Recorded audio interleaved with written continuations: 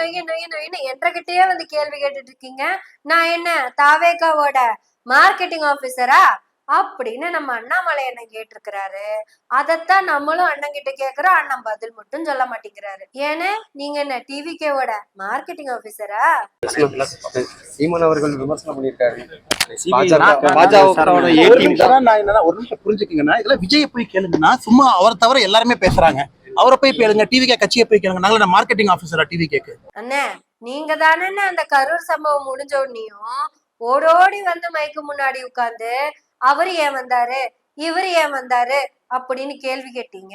தாவேகாவினுடைய உள்ளூர் பிரதிநிதிகள் சரியா வேலை செய்யலன்னு ஒருத்தர் சொன்னாரா இல்லையா? உங்களுக்கு அவரு சொன்ன தாவேகா அப்படின்னு தமிழ்ல சொன்னது கேட்டுச்சா கேட்கலையா? தாவேகாவினுடைய கரூர் மாவட்ட பிரதிநிதிகள் சரியா வேலை செய்யல, அதாவது அந்த கூட்டத்தை ஆர்கனைஸ் பண்ணல, அங்க இருக்கிற மக்களுக்கு சரியா எதுவும் ப்ரொவைட் பண்ணல அப்படின்னு அண்ணன் கிட்ட ரொம்ப அழகா தெளிவா வந்து காதுக்குள்ள கமன்னு சொன்னாரு. அண்ணா அத மடமடன்னு கேட்டுட்டு ஹேமா மாலினிக்கு என்ன டிரான்ஸ்லேட் பண்ணீங்க? அது அப்படியே வாங்கி ஹேமா மாலினி கிட்ட as local government bodies are not working அப்படின்னு சொன்னீங்களா? அப்ப நீங்க தாவேகாவோட மார்க்கெட்டிங் ஆபீசர்னு உங்களுக்கு தெரிஞ்சுதா தெரியலையான்னு நாங்க கேட்கல. ஏன் விஜய் லேட்டா வந்தாருன்னு நாங்க கேட்டப்போ ஆமா அவரு வர்றதுக்கு லேட் ஆகும்னு நீங்க சொன்னப்போ அப்ப நீங்க தாவேகாவுடைய மார்க்கெட்டிங் ஆபீசரா அப்படின்னு நாங்க கேட்கல. 3 to 10 அவரு பர்மிஷன் கேட்டிருக்காருங்க. அந்த டைமுக்குள்ள அவர் எப்ப வேணா வரலாம் அப்படின்னு நீங்க சொன்னீங்கல்லன்னா அப்ப உங்களுக்கு தாவேகாவினுடைய மார்க்கெட்டிங் ஆபீசரா தோணலையா அப்படின்னு நாங்க கேட்கலன்னா. ஆனா பாருங்க நொய்யு நொய்யு நொய்யுன்னு கேள்வி கேட்கும் போது உங்களுக்கே அது உணர்ந்துருச்சு இல்ல? எப்ப தெரியுமா உங்களுக்கே அது உணர்ந்துச்சு? இந்த விஜய் வீடியோ போடுறப்பதான் அடக்கி இருக்கு பையில இப்படியாடா பேசுவ அப்படின்பதான் 20,000 புக்கு படிச்சிருக்கேன்னு சொன்னதுக்கே 20,000 தடவை வச்சு அடிச்ச ஊருடா இது. சும்மா 2 லட்சம் வழக்கு போட்டிருக்கேன்னு சொல்லி போட்டேன், 2 லட்சம் தடவை வச்சு அடிச்சாங்கல்ல.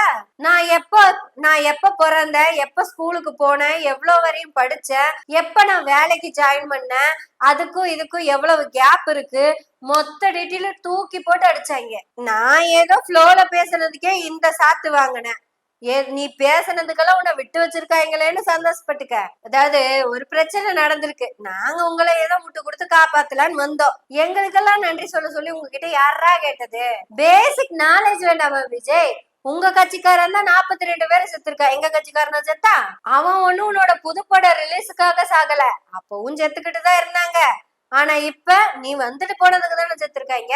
அத பத்தி ஒரு வார்த்தை கூட பேசாம அட நாங்க சும்மா உன்னை காப்பாத்துறதுக்கு வேண்டி அடிச்சு விட்டோம், உடனே நான் எந்த தவறும் செய்யவில்லை அப்படின்னு சொன்னேன்னா இப்ப பாரு நான் மாட்டிக்கிட்டு முழிக்கிறேன். எனக்கு அனுமதி கொடுக்கப்பட்ட இடத்தில் நான் பேசியதை தவிர வேறு எந்த தவறும் செய்யவில்லை. ஏன்பா நாங்க கொடுக்கறதே ஒப்புக்கு சப்பானி ஒரு முட்டு, அது அப்படியே எங்க ரேட்டிங் இன்க்ரீஸ் ஆகிறதுக்கு போக வேண்டிய விஷயத்த நீ தூக்கி எடுத்து பேசுனேன்னா இந்த பாரு நான் மாட்டிக்கிட்ட பாரு. இந்த 6 மாசமா இருக்கிற இடம் யாருக்காவது தெரியுமா? அமைதியா இருந்தேன். நான் உண்டு, நான் பண்ண போற பிசினஸ் உண்டுன்னு இருந்தேன். உனக்கு சப்போர்ட் பண்றதுக்காக எல்லாம் நான் சத்தியமா வரவே இல்லை விஜய்.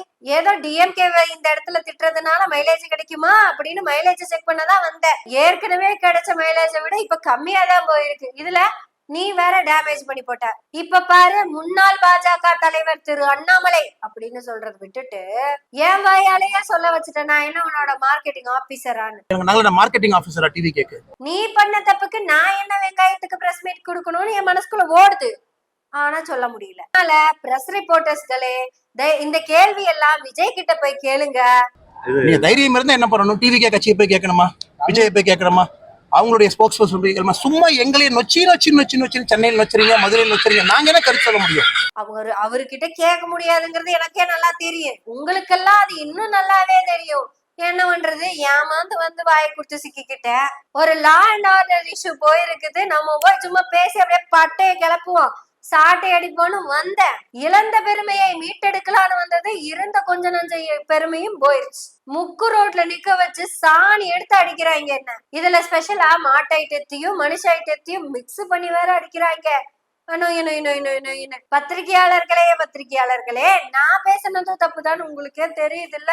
விட்டுருங்க, விஜய் கிட்ட கேளுங்க எதுனாலும். முதல் முறையா, 2வது முறையா, 3வது முறையான்னு தெரியல, ஆனா அண்ணன் ட்ரெஸ்ஸ பார்த்து பயந்துருக்காரு. 200 ரூபான்னு 200 ரூபான்னு 200 ரூபான்னு, ஆனா 300 ரூபான்னு 500 ரூபான்னு 1000 ரூபான்னு வச்சுக்கண்ணே. குரங்கு மாதிரி தாவாதீங்க, குரங்கு மாதிரி தாவாதீங்க. I brought a dictionary from abroad. In that dictionary there is no word like sorry.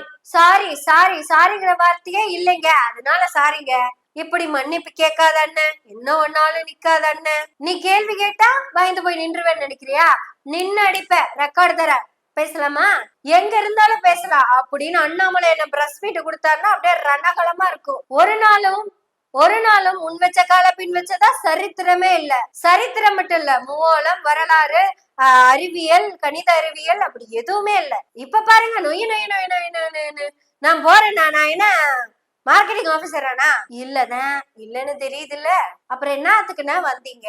உங்களுக்கே நல்லா தெரியுது கரூர் பிரச்சனை விஜயால தான் வந்துச்சுன்னு. நீ லேட்டா வந்த, உங்க ஆளுங்க எல்லாம் தண்ணி குடிக்கல, கூட்ட நெரிசலு, செத்து போனாங்க.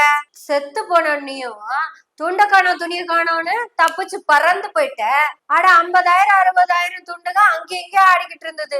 நீ பறந்ததுக்கு அப்புறம் ஒரு துண்டை காணமே, இதுக்கு பேரு தான் துண்டை காணோம் துணியை காணோம்னு ஒன்னதோ அப்படின்னு அண்ணாமலை அண்ணனவே முதலா யோசிக்க வச்ச அந்த ஈவெண்ட்டுக்கு சப்ப கட்டுனதே நீதானே.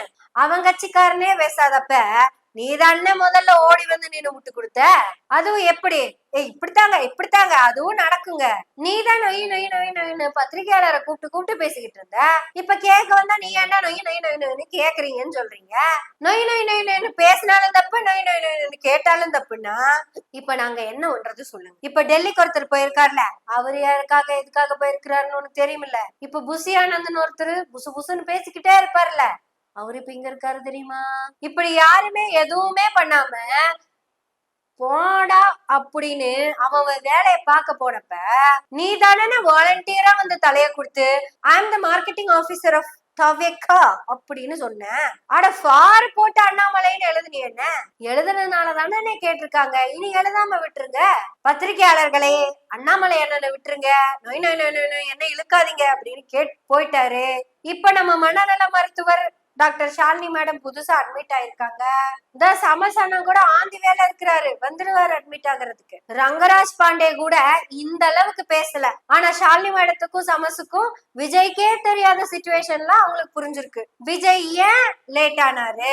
யாராவது ஒருத்த கேட்டீங்களா?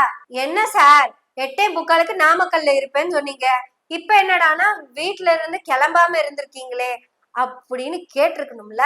அப்ப அவர் அதுக்கு ஒரு காரணம் சொல்லுவாரு பாருங்க. தோசை சுட சொல்ல கேஸ் தீர்ந்து போச்சுங்க, பரப்புரை பிசில இருந்ததுனால கேஸ் புக் பண்ண மறந்து போயிட்டேன். பனையூர்ல இருந்து பக்கத்து வீட்டுக்கு போய் சிலிண்டர் வாங்கிட்டு வரணுங்க, வெளியே வரலான்னு பார்த்தா அங்க 10 பேர் நின்றுட்டு இருக்காங்க. அவனுக்கு தெரியாம இந்த பக்கம் வந்து இங்க ஏணி வச்சு எட்டி குதிச்சு பக்கத்து வீட்டுக்கு போய் அங்க போய் வீட்டை தட்டி அக்காவை கூப்பிட்டா அக்கா வெளியே வந்து அப்பதான் ஆட்டோகிராஃப் கேக்குறாங்க.